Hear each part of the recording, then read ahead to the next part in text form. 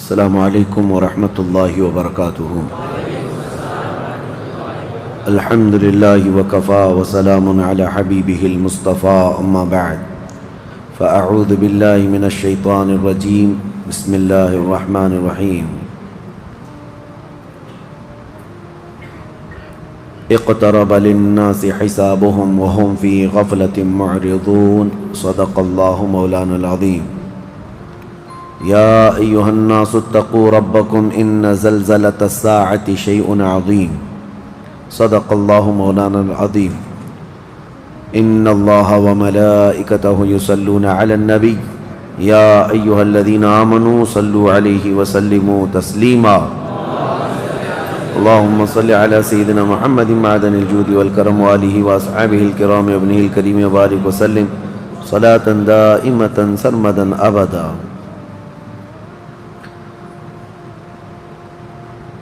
قیامت کے قریب پیش آنے والے معاملات جو اللہ کریم نے قرآن میں بیان فرمائے اور اس کے حبیب نے اپنی احادیث میں بیان کیے، ان میں سے اکثر علامات اب ظاہر ہونے لگ گئی ہیں۔ میں بڑی علامتوں کا آج ذکر کرتا ہوں۔ جنگیں بہت زیادہ ہونے لگ جائیں گی، مسلمانوں کا قتل عام بڑھ جائے گا۔ نبی پاک صلی اللہ علیہ وسلم کی احادیث کی روشنی میں حالات آپ کے سامنے رکھ رہا ہوں۔ قتل بڑھ جائے گا، جس کو حرج کہا گیا حدیث پاک میں، اور کثرت سے جنگیں ہونے لگیں گی۔ ہر جگہ مسلمان مغلوب ہو جائیں گے اور کفار و مشرکین غالب آنے لگیں گے۔ یہ وہی حالات ہیں جس کی طرف ہم ہانکے جا رہے ہیں۔ حد ہو گئی۔ آج میں نے جب یہ دیکھا، اندور شہر کے چھوٹے چھوٹے بچے اسکول کے تیسری یا چوتھی جماعت میں جانے والے 4 لڑکے مل کر کسی مندر کے پاس جاتے ہیں، اس میں ایک مسلمان لڑکا، باقی 3 ہندو ہیں۔ مسلمان لڑکے کو انہوں نے کپڑے کھول کر کے پیٹنا شروع کیا، مارنے لگے۔ چھوٹی سی عمر کے بچے ہیں، اور اس کے بعد اس سے کہنے لگے کہ ہمارے بھگوان کا نام لینا شروع کر دیں۔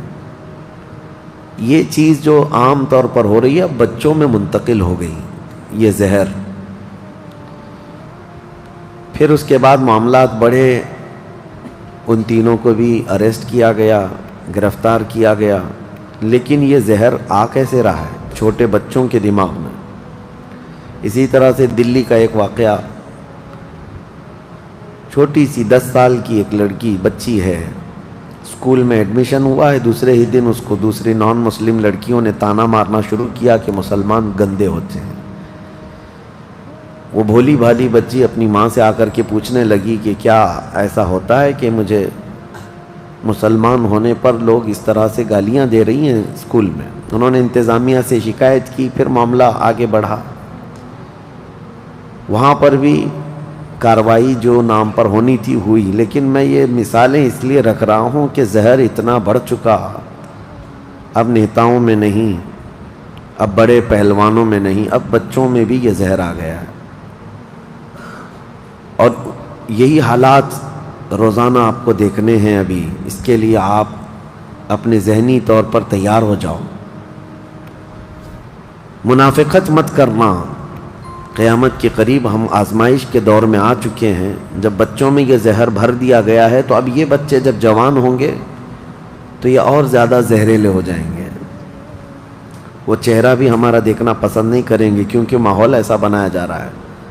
اس ماحول کے بنانے میں بہت ساری چیزیں ذریعہ ہیں، فلمیں بھی ہیں، سیریلز بھی ہیں، انٹرنیٹ بھی ہیں، سوشل میڈیا بھی ہے، نیتاؤں کے بھاشن بھی ہیں، اور کٹر سادھوؤں کے پرووک کرنے کے طریقے بھی ہیں۔ یہ سب چیزیں مل کر کے بچوں کے دماغ کو زہریلا بنایا جا رہا ہے۔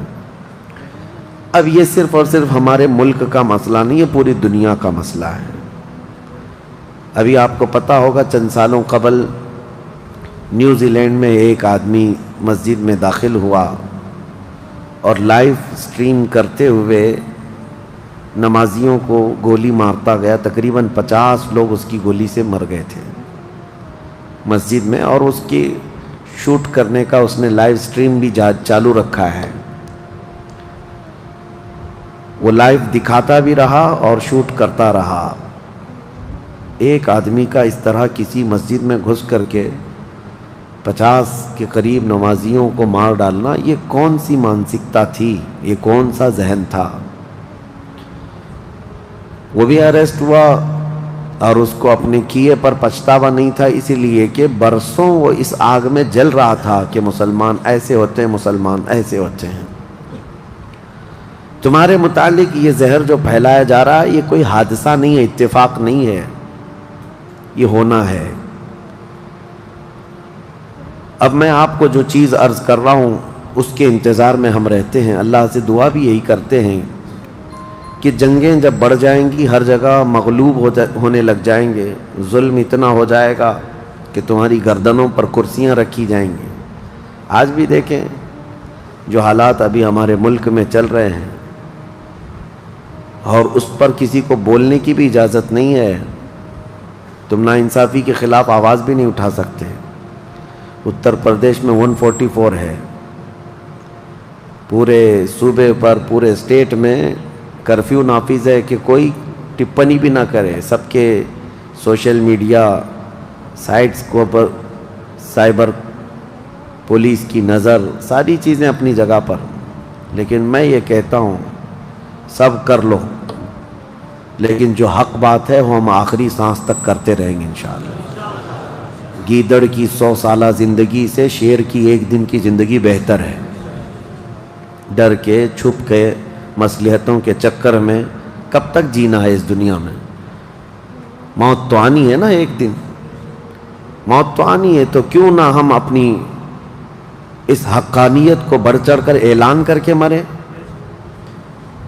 جب جنگیں زیادہ ہو جائیں گی اور ہر جگہ سے ظلم بڑھتا جائے گا، یہاں تک کہ عرب میں بھی کوئی اسٹرانگ حکومت نہیں ہوگی. یہ حدیثوں کی روشنی میں اب میں آپ کو بتا رہا ہوں. وہ تو ابھی نظر آ رہی ہے کوئی اسٹرانگ حکومت نہیں، وہ کٹ پتلی ہے. کبھی اس کو امریکہ ہانکتا ہے، کبھی رشیا ہانکتا ہے، کبھی چائنا ہانکتا ہے. تو یہ عرب میں کوئی اسٹرانگ حکومت، مضبوط حکومت نہیں ہوگی. اور مسلمان جب زیادہ قتل ہونے لگیں گے تو سب اکثر ہجرت کر کے مدینے چلے جائیں گے. جو بچے ہوئے ہوں گے وہ مدینہ طیبہ کی طرف ہجرت کر جائیں گے.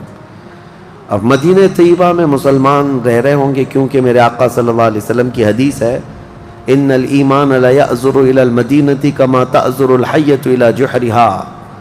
ایمان جو ہے مدینے سے نکلا ہے اور گھوم پھر کر کے پوری دنیا سے ایمان واپس مدینے میں ویسے ہی آ جائے گا جیسے سانپ اپنے سوراخ میں واپس آتا ہے. ایمان والے سب مدینے پہنچ جائیں گے. اب وہاں جانے کے بعد لوگوں میں یہ بات کثرت سے پھیل جائے گی کہ اب ان حالات کا مقابلہ کرنے کے لیے ہمیں کیا کرنا چاہیے. بہت مجبور ہو چکے، کوئی راستہ نظر نہیں آتا. تو اس وقت جو مدینے میں تھے علماء، صلحاء، سب بیٹھ کر کے مشورہ کرتے ہیں کہ ہم کو امام مہدی کو تلاش کرنا ہوگا. اور یہ وہ زمانہ ہوگا جب امام مہدی مدینے میں پیدا ہو چکے ہوں گے. یہ وہ زمانہ ہوگا جب امام مہدی مدینے میں ہوں گے. امام مہدی جن کی بشارت اللہ کے نبی صلی اللہ تعالیٰ علیہ وسلم نے اپنی حدیثوں میں عطا فرمایا، ان کا نام حضور کے نام پر ہوگا، ان کا نام محمد ہوگا، اور ان کے والد کا نام بھی حضور کے والد کے نام پر ہوگا. اور اللہ کریم کی طرف سے بھیجے جانے والے اس روئے زمین کے وہ آخری خلیفہ راشد ہوں گے. مدینہ طیبہ میں وہ ہوں گے لیکن وہ اپنے آپ کو چھپا کر کے رہ رہے ہوں گے.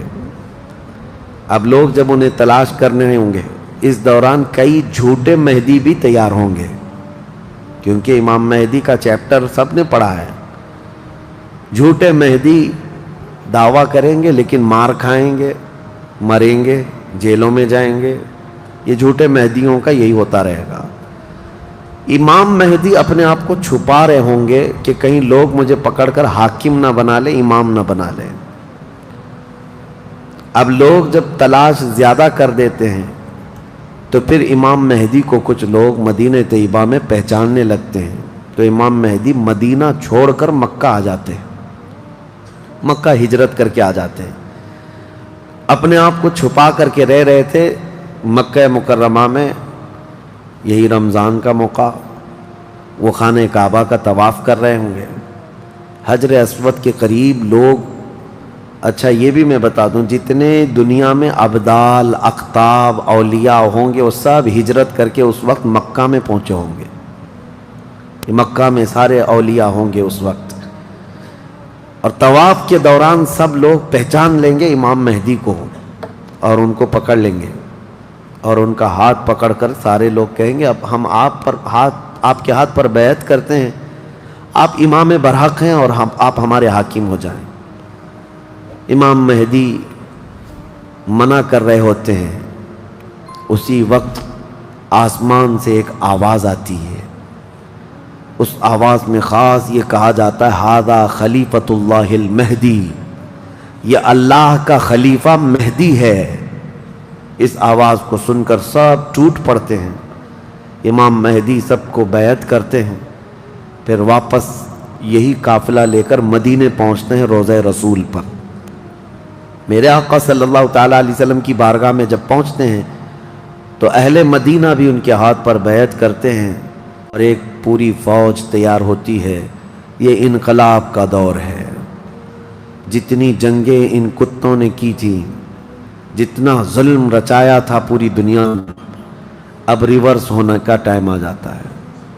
حضرت امام مہدی اس فوج کو لے کر ملک شام کی طرف جاتے ہیں۔ حالات ملک شام کے ایسے ہو چکے ہوں گے کہ ملک شام میں عیسائیوں کی حکومت قائم ہو چکی ہوگی، ابھی تو نہیں ہے، یا انڈائریکٹ ان سے کسی کا تعلق ہے تو یہ ہمیں پتہ نہیں، لیکن حدیث میں یہ ہے کہ عیسائیوں کی حکومت ملک شام میں قائم ہوگی، اور یہودی فتنہ مچا رہے ہوں گے ہر جگہ۔ قتل عام جو مسلمانوں کا سب سے زیادہ کرنے کی کوشش ہے وہ یہودیوں کی طرف سے ہے۔ امام مہدی مکہ مکرمہ سے نکل کر ملک شام کی طرف جائیں گے، اور مسلمانوں کی جو قلت تھی، جو چھوٹی سی جماعت تھی، یہ جب نکل کر کے وہاں آئے گی ملک شام، بہت بڑی جنگ ہوگی جس کو ملحمۃ الکبریٰ کہا گیا ہے۔ امام مہدی کی قیادت میں یہ جنگ ہوگی، سارے کفار، عیسائی، یہودی سب مقابل میں آ جائیں گے۔ ان کی تعداد جو حدیث میں بتائی گئی ہے وہ 80 جھنڈوں کے نیچے آئیں گے، اور ہر جھنڈے کے نیچے 12,000 لوگ ہوں گے۔ اور یہ مسلمانوں کی نہیں ہے، یہ کفار و مشرکین کی، تقریباً یہ 9,60,000 کی تعداد بنتی ہے کفار و مشرکین کی، 9,60,000۔ مسلمانوں کی تعداد کتنی ہوگی یہ تو نہیں پتہ۔ اس کے بعد جنگ جب شروع ہوتی ہے، پہلے دن مسلمانوں کا 1/3 حصہ میدان چھوڑ کر بھاگ جاتا ہے، جو کمزور دل تھے وہ چلے جائیں گے، اور ان کے متعلق کہا گیا ہے کہ یہ ایسے لوگ ہوں گے جن کی توبہ کبھی نہ قبول ہوگی، اور روئے زمین کے سب سے بدترین لوگ ہوں گے، وہ سب سے بدترین لوگ ہوں گے جو میدان چھوڑ کر بھاگ چکے ہوں گے 1/3۔ دوسرے دن 1/3 شہید ہو جائیں گے، قتل ہو جائیں گے۔ تیسرے دن اللہ تعالیٰ اس مومنین کی قلیل جماعت کو فتح مبین عطا فرمائے گا، اور اس کے بعد ملک شام کے سارے انتظامات امام مہدی کے ہاتھ میں ہوں گے۔ دمشق جب وہ آئیں گے، دمشق کی جامع مسجد سے امام مہدی اپنے انتظامات و انصرامات کو سنبھالیں گے، پھر وہاں سے امام مہدی اسی فوج کو لے کر قسطنطنیہ جو موجودہ استنبول ہے اس کو فتح کرنے کے لیے نکلیں گے۔ اس وقت وہ بھی عیسائیوں کے ہاتھ میں ہوگا۔ اب جب امام مہدی یہاں آئیں گے، صرف ایک ہی دن میں قسطنطنیہ یعنی استنبول فتح ہوگا، اور اس کی بھی کیفیت بتائی گئی ہے، مسلمانوں کے صرف نعرے تکبیر سے فتح ہوگا، صرف اس لیے کہ ایسی ہیبت طاری ہوگی ان کفار و مشرکین کے دلوں میں، پورا شہر فتح ہوگا۔ امام مہدی یہ شہر فتح کر کے واپس ملک شام آئیں گے، دمشق میں آئیں گے۔ اب یہ وہ وقت ہوگا جب امام مہدی مسجد سے انتظامات و انصرامات سنبھال رہے ہیں، اور کثیر جنگیں اس وقت بھی ہوں گی، لیکن ہر جنگ میں اللہ تعالیٰ امام مہدی کو فتح عطا فرمائے گا، ہر جنگ میں۔ اور یہودی دسیسہ کاری کر رہے ہوں گے، امام مہدی کو ختم کرنے، قتل کرنے کی بہت کوششیں کر رہے ہوں گے، پھر امام مہدی ان یہودیوں سے لڑتے رہیں گے۔ اس وقت اللہ کی بارگاہ میں امام مہدی بھی دعا کرتے ہیں کہ مولا ان ظالموں سے ہمیں نجات عطا فرما۔ اور یہودی بھی جگہ جگہ اس بات سے پریشان ہوں گے کہ امام مہدی نے ان کا بیڑا غرق کر رکھا ہے، جہاں جاتے ہیں مقابل میں یہ شکست کھاتے ہیں، مر جاتے ہیں، اور ان کے مقابل میں کوئی آ نہیں پا رہا ہے۔ تو پھر ایران کے ایک علاقے میں یہ یہودی کثرت سے دعا میں مشغول ہوں گے۔ یہ وہ زمانہ ہوگا جب عراق اور شام کے بیچ میں دجال ظاہر ہوگا، دجال، جس کے متعلق حدیث پاک میں تفصیلاً بہت ساری باتیں آئی ہیں۔ دجال آئے گا، وہ ایک آنکھ سے کانا ہوگا، آنکھیں دونوں ہوں گی، ایک آنکھ اس کی نظر آئے گی، اور اس کی آنکھ کے کنارے کافر لکھا ہوا ہوگا جس کو مسلمان دیکھ کر پہچان لیں گے، اور وہ بڑا بھاری بھرکم طاقتور ہوگا، اور اللہ تعالیٰ اس کو بہت سارے خارق عادات چیزیں عطا کرے گا۔ وہ ظاہر ہوگا اور سب سے پہلے یہودیوں میں آ کر کے ہی بیعت لے لے گا، یعنی اپنے آپ کو پہلے رسول بنائے گا، اور پھر سارے یہودی، حدیث پاک میں تو ہے کہ اصفہان، ایران کے 50,000 یہودی اس کی فوج میں شامل ہوں گے، ہاں، جس کو یہ مسیحا کہتے ہیں، اور اس کے انتظار میں بلیاں چڑھا رہے ہیں۔ یہ ظاہر ہوگا عراق اور شام کے بیچ میں ہے، اور پھر یہ سب یہودی دجال کی فوج میں شامل ہوں گے۔ دجال ایسے نکلے گا روئے زمین پر، حدیث پاک میں یہ سب ملتا ہے کہ وہ آسمان سے کہے گا تو آسمان سے بارش برس جائے گی، زمین سے سبزہ نکلنے لگے گا، کسی کو مار کے دوبارہ زندہ کر کے دکھائے گا، یہ سب چیزیں وہ کر کے دکھائے گا، یہاں تک کہ چلتے چلتے زمین سے کہے گا تیرے اندر جتنے خزانے ہیں نکال، زمین پورے خزانے باہر کرے گی، اور جب وہ آگے چلتا رہے گا تو یہ خزانے شہد کی مکھیوں کی طرح اس کے پیچھے جھنڈ کی طرح چلتے ہوں گے خزانے، اور دنیا کے لالچی لوگوں کو ایک سکہ ہی چاہیے بس، جس کے پاس مال ہے اس کے پیچھے غلامی ہے۔ بہت بڑا فتنہ ہوگا، بہت بڑی آزمائش ہوگی، لیکن جو ایمان والے ہیں حدیث میں ہے اس دن بھی وہ نہیں بہکیں گے، اس دن بھی وہ نہیں بہکیں گے، وہ غضب کا ایمان ہوگا ان لوگوں کا۔ حضور صلی اللہ تعالیٰ علیہ وسلم نے فرمایا دجال کے فتنے سے مقابلہ کرنے والے جو مومن ہوں گے نا، اس کا فتنہ دیکھ کر کے بھی ایمان پر قائم ہوں گے، ان کے لیے حضور نے فرمایا وہ بغیر حساب کے ہی جنت میں جائیں گے، ان کا حساب نہیں ہوگا، وہ بنا حساب کے جنت میں جائیں گے۔ تو دجال روئے زمین پر گھوم رہا ہوگا اور فتنہ مچا چکا ہوگا، پہلے تو رسول کہتا رہا، اس کے بعد پھر خدائی کا دعویٰ کرے گا کہ میں خدا ہوں۔ اس کی خدائی کو ماننے والے وہ یہودی بھی ہوں گے، عیسائی بھی ہوں گے، بہت سارے مسلمانوں میں بھی گمراہ ہو چکے ہوں گے، جن کا پہلے سے ایمان مضبوط نہیں تھا وہ اس کے پیچھے چل پڑیں گے، وہ ہزاروں کی تعداد میں لوگوں کو کافر بنا چکا ہوگا۔ میرے عزیزو، دجال تو بہت بڑی بڑی چیزیں دکھا رہا ہے، آسمان سے بارش برسا کر کے، زمین سے سبزہ اگا کر کے، اور اس وقت کئی لوگ گمراہ ہو جاتے ہیں۔ یہاں تو چھوٹی موٹے باباؤں کے پیچھے ہی گمراہ ہوتے ہیں، آج تو چٹھی نکال کر دکھا رہا ہے بابا، تو بھیڑ لگ چکی ہے کہ تم کیا کھائے ہو، کیا پیے ہو، کیا سوچ رہے ہو، چٹھی میں نکال کر کے دکھاؤں گا۔ چٹھی والے بابا کے پیچھے ہی ہزاروں چلے جاتے ہیں، تو دجال والے بابا کے پیچھے کتنے جائیں گے؟ لیکن حدیث پاک کی روشنی میں مفسرین نے، محدثین نے فرمایا کون لوگ اس دن محفوظ رہیں گے، کون لوگ اس دن محفوظ رہیں گے؟ دجال کی شکل جیسی بھی ہو، لیکن وہ جو چیزیں خارق عادات دکھا رہا ہوگا لوگ اچنبے سے دیکھ رہے ہوں گے۔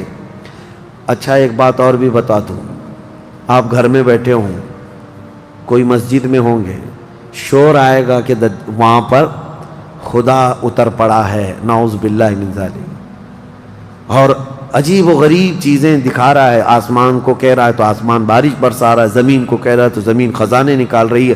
کچھ لوگ جو گھر میں بیٹھے ہوں گے، توجہ، یہ بہت اہم بات کہہ رہا ہوں، کہیں محفل میں ہوں گے، مسجد میں ہوں گے، جب یہ شور آئے گا تو کچھ کہیں گے کہ چلو ہم بھی جا کر دیکھ کے آتے ہیں، تو کچھ لوگ یہ کہہ کر کے اٹھیں گے اور جا کر کافر ہو جائیں گے، اور کچھ لوگ وہ ہوں گے جو جیسے سنیں گے اپنے آپ کو گھر میں ایسے مضبوط بند کر لیں گے کہ ان کو ہوا آنے کی بھی خواہش نہ رہے، اس طرح اپنے آپ کو محفوظ کر لیں گے۔ اور بزرگوں نے لکھا ہے کہ اس وقت اس کے فتنے عروج پر ہوں گے، لوگوں میں صرف اور صرف چرچا یہی ہوگا۔ اسی لیے میں اکثر یہ میڈیا کو دجالی میڈیا کہتا ہوں، اس کی وجہ یہی ہے کہ دجال کے آدھے سے زیادہ کام یہ میڈیا والے کرتے ہیں، سب جگہ پھیلائیں گے افواہیں، بہت جھوٹ کو سچ کر کے دکھاتے رہے، سچ کو جھوٹ کر کے دکھاتے رہے، یہ میڈیا یہی سب کام کرتی رہے گی۔ اس وقت کون لوگ محفوظ رہیں گے؟ بزرگوں نے لکھا ہے دجال کے قریب بھی جائے گا کوئی بندہ، لیکن اس کو دیکھ کر نہیں گمراہ ہوگا، تو یہ کون ہوگا؟ جس کا سینہ حضور کی محبت سے بھرا ہوگا، یہ وہی ہوگا جس کے لیے اعلیٰ حضرت نے فرمایا نا، تیرے قدموں میں جو ہیں غیر کا منہ کیا دیکھیں، حضور کے قدموں میں جو پڑے ہیں وہ غیر کا منہ کیا دیکھیں، کون نظروں میں جچے دیکھ کے تلوا تیرا۔ اب یہ دجال گھومتا ہوا جب فتنہ بہت برپا کر چکا ہوگا، مکہ جائے گا، پہلے یہ یمن جائے گا، یمن میں بھی بہت فتنہ پھیلائے گا، اس کے بعد پھر مکہ آئے گا، مکہ کی سرحدوں کو اللہ تعالیٰ فرشتوں سے محفوظ کر رکھا ہوگا، فرشتے اسے داخل ہونے نہیں دیں گے، ماریں گے اور داخل نہیں ہو سکے گا۔ پھر مدینہ جائے گا، مدینہ طیبہ اپنی پوری فوج لے کر کے داخل ہونے کی، 2 شہروں کے علاوہ پوری دنیا کے ہر شہر گھومے گا، ہر شہر گھوم چکا ہوگا 2 شہروں کے علاوہ، مکہ مکرمہ، مدینہ طیبہ۔ مدینہ طیبہ کے سرحد پر آئے گا، وہاں پر بھی اللہ کے فرشتے پہرا دے رہے ہوں گے، میرے مصطفیٰ کا شہر ہے، دجال نہیں آ سکتا۔ لیکن اس کا شہرہ جب مدینے کے باہر بہت پھیل چکا ہوگا، مقام جرف ایک جگہ ہے، وہاں تک وہ پہنچ چکا ہوگا، جہاں آج بادشاہ نے ایک پیلس بنایا ہوا ہے، ان لوگوں نے ایک پیلس بنا کر رکھا ہے وادی جرف میں، وہاں تک پہنچے گا تو مدینہ طیبہ کے ایک عالم وہ جائیں گے، اس سے مناظرہ کریں گے، ڈیبیٹ کریں گے، صرف مناظرے کے کرنے کی وجہ سے اس عالم دین کو وہ قتل کر دے گا، قتل کر کے اس کے بعد پھر ان کو دوبارہ زندہ کرے گا، اور اس کے بعد کہے گا کہ دیکھا میری طاقت۔ اس عالم دین کا کہنا ہوگا اب تو مجھے تیرے دجال ہونے پر اور زیادہ یقین ہو گیا، اس لیے کہ میں نے میرے مصطفیٰ سے سنا ہے، وہ مار کر کے دوبارہ زندہ کرے گا۔ اور اس عالم کا دوسرا چیلنج یہ ہوگا کہ میں نے اپنے حبیب سے ایک اور بات سنی ہے، اب کی بار اب تو مار کر کے دکھا۔ دوسری بار حدیث پاک میں ہے دوسری مرتبہ اس عالم کو قتل کرنے کی 1000 کوشش کرے گا لیکن مار نہیں سکے گا۔ وہ عالم ربانی بیان کریں گے، اللہ کے نبی صلی اللہ علیہ وسلم کی بیان کی ہوئی علامات یہی ہیں، ایک بار قتل کر کے اٹھائے گا لیکن دوبارہ وہ مار نہیں سکے گا۔ یہ فتنہ پھیلا ہوگا دجال کا، اور یہ گھومتے پھرتے ملک شام پہنچے گا جہاں امام مہدی ہوں گے۔ امام مہدی یہودیوں سے جنگ کرتے کرتے اور دجال کے فتنوں سے فیس کرتے کرتے وہاں پر ہوں گے، ملک شام میں، دمشق میں، دعا کر رہے ہوں گے اللہ ان کے فتنوں سے بچا۔ ایک عصر کی نماز ہوگی، جب امام مہدی نماز کے لیے جا رہے ہوں گے، 2 فرشتوں کے پروں پر ہاتھ رکھتے ہوئے سیدنا عیسیٰ علیہ السلام اتر جائیں گے۔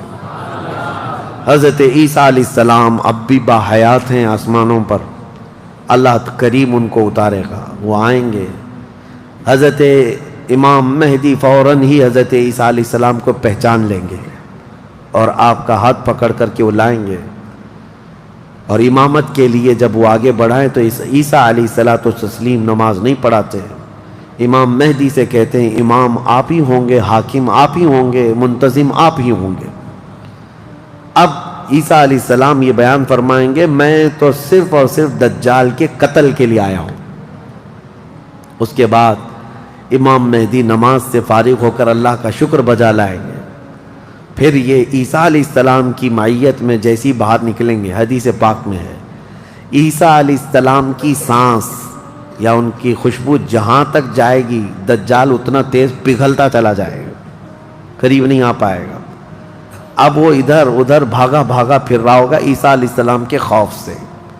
عیسیٰ علیہ السلام جس وقت آئیں گے وہ سنہرا دور حدیث پاک میں ہے، اب عیسیٰ علیہ السلام صلیب کو توڑ دیں گے کہ یہ عقیدہ ختم کرو، خنزیر کو ماریں گے، جزیہ ختم کریں گے، اور اس کے بعد عیسیٰ علیہ السلام اس ملعون دجال کو بھگاتے بھگاتے مقام لد پر لے جائیں گے جو آج اسرائیل میں ہے، وہاں تک لے کر جائیں گے۔ مقام لد پر عیسیٰ علیہ السلام اس کو اپنے تیر سے ماریں گے، ختم ہو چکا ہوگا۔ دجال کے جتنے ہمراہی تھے ان کو بھی عیسیٰ علیہ السلام ختم کر دیں گے۔ اب جب واپس عیسیٰ علیہ السلام دمشق پہنچیں گے، ملک شام، تو حدیث پاک میں پوری روئے زمین پر ایک بھی کافر نہیں ہوگا، جو ہوگا وہ مسلمان ہوگا۔ یہ وہ وقت ہے جس کا وعدہ اللہ نے قرآن میں فرمایا، هو الذی ارسل رسولہ بالہدی ودین الحق لیظہرہ علی الدین کلہ۔ وہی اللہ ہے جس نے اپنے رسول کو ہدایت کے ساتھ بھیجا ہے تاکہ اپنے دین کو ساری دنیا پر غالب کرے۔ اب تک یہ دین پوری دنیا پر نہیں غالب آیا، لیکن وہ دن ہوگا جب عیسیٰ علیہ السلام تشریف لائیں گے روئے زمین پر۔ اسی لیے میں کہتا ہوں وہ دن آئے گا جب ہر گھر سے آواز آئے گی لبیک یا رسول اللہ۔ وہ دن آئے گا، وہ وقت آئے گا۔ صبر کے بعد، ہر اندھیرے کے بعد صبح ہونا ہے، رات کے بعد اجالا آنا ہے۔ ہاں آج جو حالات ہیں انشاءاللہ العزیز کچھ دیر کی خاموشی ہے، پھر شور آئے گا۔ آج کتوں کا وقت ہے، کل ہمارا دور آئے گا انشاءاللہ العزیز۔ میرے عزیزو، سیدنا عیسیٰ علیہ السلام جب اسے قتل کر چکے ہوں گے اور پھر روئے زمین پر صرف پرچم اسلام لہرا رہا ہوگا، امام مہدی کی عمر 49 سال یا 50 سال کے آس پاس ہوگی، وہ بیت المقدس میں انتقال کر چکے ہوں گے۔ آپ کی جنازہ کی نماز عیسیٰ علیہ السلام پڑھائیں گے، وہیں دفن ہوں گے۔ پھر عیسیٰ علیہ السلام مومنین کو لے کر مدینہ طیبہ کا رخ کریں گے۔ جب نبی پاک صلی اللہ علیہ وسلم کے روضے کے پاس عیسیٰ علیہ السلام آئیں گے، عیسیٰ علیہ السلام نکاح بھی فرمائیں گے، آپ کی اولاد بھی ہوں گی، لیکن مدینہ طیبہ میں آپ کا انتقال ہوگا اور میرے آقا کے حجرے میں دفن ہوں گے۔ حضور صلی اللہ علیہ وسلم کا حجرہ روضہ مبارکہ، اس میں ایک جگہ عیسیٰ علیہ السلام کی باقی ہے، سیدنا عیسیٰ علیہ السلام وہاں دفن ہوں گے۔ لیکن ایک بات میں آپ کو بتا دوں، عیسیٰ علیہ السلام اس وقت بھی نبی ہی رہیں گے، ان کا جو منصب نبوت ہے وہ ہے، لیکن شریعت ان کی نہیں چلے گی، میرے مصطفیٰ کی ہوگی۔ شریعت صرف میرے مصطفیٰ کی ہوگی، اس لیے کہ جس دن میرے آقا پیدا ہوئے اس دن سے لے کر قیامت تک صرف ایک ہی سکہ چلنا ہے، آئی نئی حکومت سکہ نیا چلے گا، عالم میں رنگ بدلا صبح شب ولادت۔ عیسیٰ علیہ السلام کے انتقال کے بعد اب کیا ہوگا؟ اب کیا ہوگا؟ آپ دفن ہو چکے ہوں گے، قیامت قریب آ چکی ہوگی۔ اب اس کے بعد معاملہ یہ ہوگا کہ اللہ تبارک و تعالی قوم یاجوج ماجوج کو پیدا کرے گا۔ ہاں اس میں بیچ میں ایک روایت یہ بھی ہے کہ عیسیٰ علیہ السلام کو اللہ تبارک و تعالی حکم فرمائے گا کہ میں ایک ایسی قوم بھیج رہا ہوں جو دنیا میں فساد مچائے گی، جو مومنین ہیں ان کو لے کر کوہ طور پر چلے جائیں۔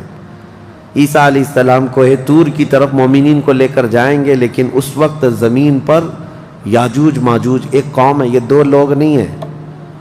بہت سارے لوگوں کے ذہن میں ایسی بات آتی یاجوج ماجوج دو آدمی ہوں گے، دو آدمی نہیں، یہ بہت بڑی فوج ہے، بہت بڑی فوج ہے، اور یہ ابھی موجود ہے۔ یافس بن نوح کی اولاد میں سے یہ ایک جزیرے میں قید ہے، وہ واللہ عالم، لیکن قرآن میں 16ویں پارے میں اس کا ذکر ہے کہ حضرت سکندر ذوالقرنین نے ایک لوہے کی پگھلا کر کے پہاڑوں کے بیچ دیوار بنا کر ان کو قید کر رکھا، یہ قوم آ نہیں سکتی۔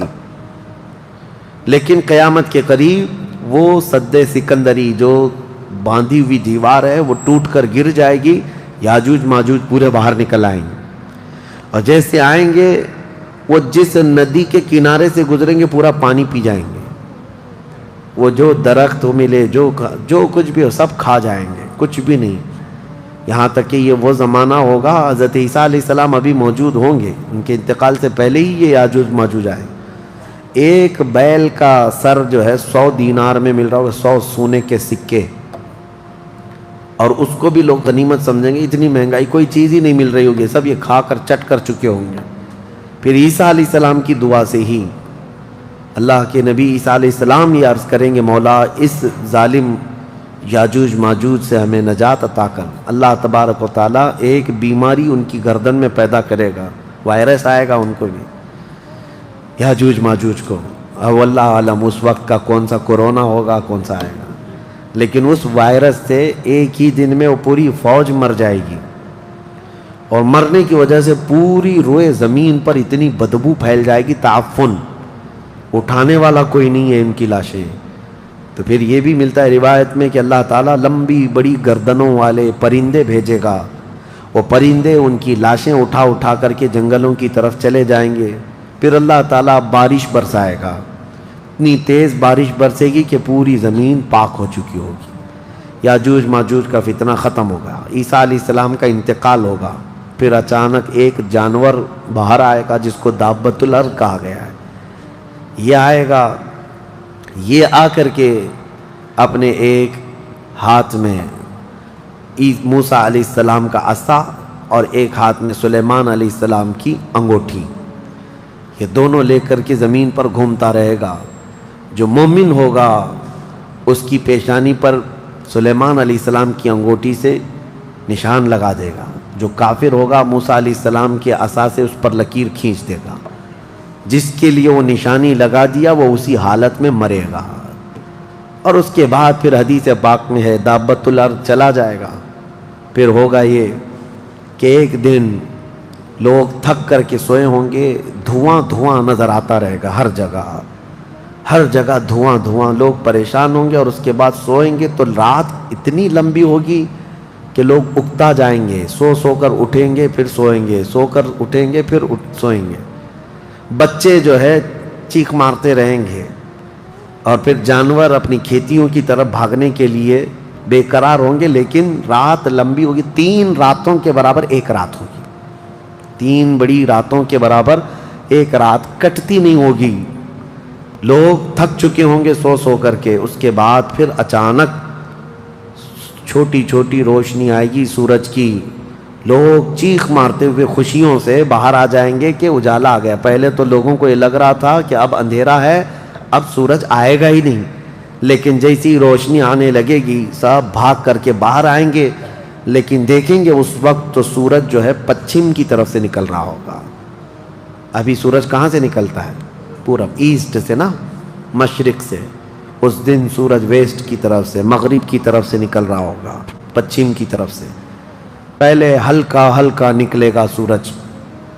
یہ دیکھ کر کے جو لوگ بہت لمبا سو کر کے آئے ہوں گے گھبرا جائیں گے کہ آج کیا ہوا، یہ وہ دن ہوگا کہ میرے آقا نے فرمایا توبہ کا دروازہ بند ہو چکا ہوگا، اس کے بعد پھر کسی کا ایمان بھی قبول نہیں، کسی کی توبہ بھی قبول نہیں، یہ لاسٹ دن ہے توبہ کا۔ لاسٹ دن کیا، اس سے پہلے جو گزری رات لاسٹ تھی، رات لاسٹ تھی۔ سورج نکل کر کے آئے گا دھیرے دھیرے دھیرے، اس کے بعد دوپہر کا وقت جتنا ہوتا ہے اتنے وقت تک وہ آئے گا، اور اس کے بعد پھر واپس مغرب کی طرف ہی چلا جائے گا۔ ایسا نہیں کہ پچھم سے نکل کر کے پورب میں ڈوبے گا، آدھے تک آئے گا دوپہر تک، اور اس کے بعد سورج پھر اپنے معمول کے مطابق جیسی روٹین ہے واپس پھر پچھم کی طرف چلا جائے گا، ڈوب جائے گا۔ یا آخری دن ہے، اب کسی کا ایمان کام نہ کرے گا، اب کسی کی توبہ کام نہ کرے گی، اب معاملات کیا ہوں گے؟ دھیرے دھیرے مومنین کا انتقال شروع ہوگا، تو نئے مومن نہیں ہوں گے، مومن انتقال کرتے جائیں گے، حکومتیں پھر سے ختم ہو جائیں گی۔ ایک روایت یہ بھی ملتی ہے، جہجہ نام سے ایک اور بزرگ جو حکومت کریں گے چند سال، لیکن اس کے بعد پھر عادل حکمران نہیں آئیں گے، ختم ہوتے چلے جائیں گے۔ اب مسلمانوں کی تعداد جب گھٹنے لگے گی تو پھر بے حیائی بہت بڑھ جائے گی، اتنی کہ کھلے عام زمین پر سب کچھ ہونے لگے گا، ننگا پن جانوروں کی طرح لوگ زنا کرتے رہیں گے، سڑکوں پر، روڈوں پر، راستوں پر سب کھلے عام گناہ ہو رہے ہوں گے، بے حیائی بڑھ چکی ہوگی، یہاں تک کہ حبشیوں میں سے، کالے لوگوں میں سے ایک جماعت جائے گی خانہ کعبہ کو بھی گرا دے گی۔ یہ وہ زمانہ ہوگا جب مومنین ختم ہو چکے ہوں گے۔ اب اس کے بعد ایک ٹھنڈی ہوا چلے گی، نرم، اس کے متعلق فرمایا گیا ہے بہت نرم ہوا، میٹھی ہوا چلے گی، اور پوری دنیا میں چلے گی۔ جو مومن ہوگا وہ ہوا ان کے بغلوں سے گزرے گی تو وہ اسی وقت انتقال کر جائیں گے۔ ایمان والے ختم ہو چکے ہوں گے۔ اب میرے آقا صلی اللہ علیہ وسلم فرماتے ہیں روئے زمین پر اللہ اللہ کہنے والا کوئی بھی باقی نہیں رہے گا۔ یہ اینڈ لاسٹ مومنٹ پر میں آ رہا ہوں، ختم ہونے کے قریب ہے، سب مومنین انتقال کر چکے ہوں گے اس ہوا کے بعد۔ اس کے بعد چند سال زندگی گزرتی رہے گی نارمل، لوگ اپنے اپنے کاموں میں مصروف ہوں گے، پھر اچانک ایک دن حضرت اسرافیل علیہ السلام سور پھونکیں گے۔ یہ سور ایک باجے کی شکل کی چیز ہے، دھیمی دھیمی آواز اس کی بڑھتی جائے گی، اب یہ آواز اتنی تیز بڑھے گی کہ دھماکہ ہوگا پوری زمین پر، زلزلہ آ جائے گا، اتنا بڑا زلزلہ آئے گا کہ قرآن میں ہے یوم ترونہا تذہل کل مرضعۃ عما ارضعت وتضع کل ذات حمل حملہا، تم اس دن دیکھو گے حمل والی عورتوں کے پیٹ سے بچے باہر آ جائیں گے۔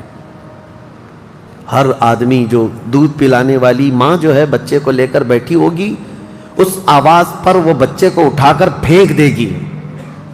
کوئی ماں اپنے بچے کو پھینکے گی؟ لیکن وہ دن ہوگا جب ماں اپنے بچے کو پھینک دے گی، حاملہ عورت اس کا پیٹ نکل کر کے بچہ باہر آ چکا ہوگا، لوگ جو کام کر رہے ہوں گے وہیں پر سب اپنے کام چھوڑ چکے ہوں گے، اور اس کے بعد پھر اسی سور کی آواز کے بڑھتے بڑھتے جب زمین میں زلزلے آئیں گے سب ختم ہو چکے ہوں گے، سب کی موت ہوگی۔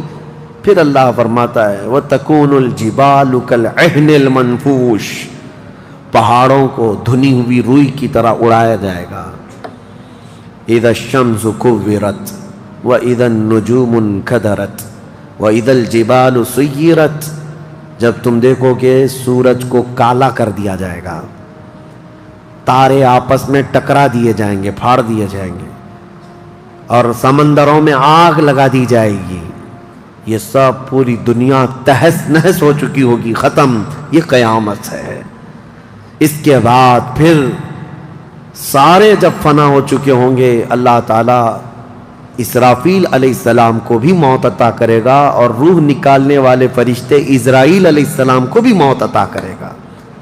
اب کون باقی رہے گا؟ کل من علیہا فان ویبقى وجہ ربک ذو الجلال والاکرام، ہر شے فنا ہو چکی ہوگی، باقی رہنے والی ذات صرف تمہارے رب کی ہوگی۔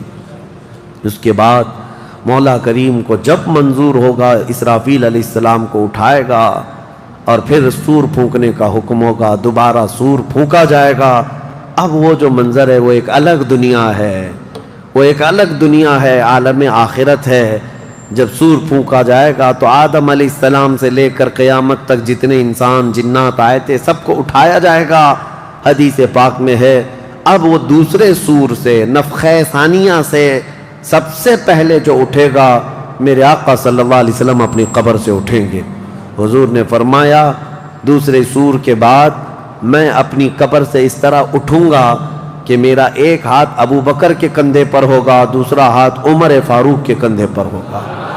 اس شان سے میرے آقا صلی اللہ تعالیٰ علیہ وسلم میدان قیامت میں آئیں گے، اور اس کے بعد کے جو مناظر ہیں، ہر آدمی کو کھڑا کر دیا جائے گا، ہر انسان کو میدان میں کھڑا کر دیا جائے گا، اور تمہیں چاہے تم کو مٹی کھا چکی ہو، تم کسی کی غذا بن چکے ہو، تم کو جلا دیا گیا ہو، تم کو پانی میں غرق کر دیا گیا ہو، کسی بھی حالت میں ہو، اور رب قدیر فرماتا ہے جب ہم نے تم کو نطفے سے پیدا کیا پورا انسان، تو تمہارے جلا کر خاک ہو جانے کے بعد تمہاری راکھ سے بھی وہ تم کو دوبارہ زندہ اٹھائے گا. جب تمہیں زندہ اٹھایا جائے گا پھر یہ میدان ہوگا یہاں پر جو کھڑا کر کے حساب کتاب کا دن ہوگا وہ 50,000 سال کے برابر کا ہوگا. اب یہ ایک لمبی داستان ہے میرے عزیزو. وہاں کے جو حالات ہیں اس دن ایک آواز آ رہی ہوگی جس کو قرآن میں اللہ نے فرمایا لمن الملک اليوم. اللہ فرمائے گا آج کی بادشاہت کس کی ہے, آج کی بادشاہت کس کی ہے. پھر مولا خود فرماتا للہ الواحد القہار, ایک قہر کرنے والے خدا کی آج حکومت ہے. جو اکڑتے تھے, جو گھمنڈ کرتے تھے, سب کو کھڑا کیا جا چکا ہوگا. اور فرشتے پکار رہے ہوں گے این الجبارون این المتکبرون, کہاں ہیں غرور میں چلنے والے, کہاں ہیں اکڑ میں رہنے والے, سب جمع ہو جاؤ. سب کے گناہ ان کی پیشانیوں سے ظاہر ہو رہے ہوں گے. کسی کو داغ کر کے فرشتے نشان بنا رہے ہوں گے کہ یہ چور ہے, یہ زانی ہے, یہ شرابی ہے, یہ حرام خوری کرتا رہا. سب کی الگ نشانیاں بنائی جا رہی ہوں گی. اس بھرے محشر کے میدان میں ہمارے لیے کون ہے میرے عزیزو؟ ہم اسی رب ذوالجلال کو منانے کے لیے آج آئے ہیں. اس تصور کے ساتھ اب ہم کھڑے ہو کر اس کا ذکر کریں گے کہ مولا آج ہم تجھے منا رہے ہیں, تو ہم سب سے صلح فرما لے. کل بھری قیامت کے دن ہمیں ننگا اور ذلیل ہونے سے محفوظ فرما لے. اور قیامت کا دن ہوگا انشاءاللہ العزیز میرا رب اسی ذکر کی مجلس کی برکت سے ہماری بخشش کا اعلان فرمائے گا. وہ دن کتنا خوبصورت ہوگا, ذرا تصور کرو کہ اس ذکر کی مجلس کو اللہ تعالیٰ ذریعہ بنائے اور قیامت کے دن جب سب کھڑے ہوں گے لاکھوں کی تعداد میں اور تمہارا نام پکارا جا رہا ہوگا فلاں کا بیٹا فلاں کہاں ہے, تم گردن اونچی کر کے دیکھ رہے ہوں گے کیا ہے میرے حساب میں, کیا ہے میرے پلے میں.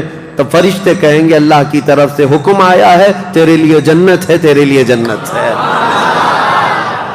کھڑے ہو جائیں اور ذکر کے لیے تیاری کریں. وآخر دعوانا ان الحمدللہ رب العالمین.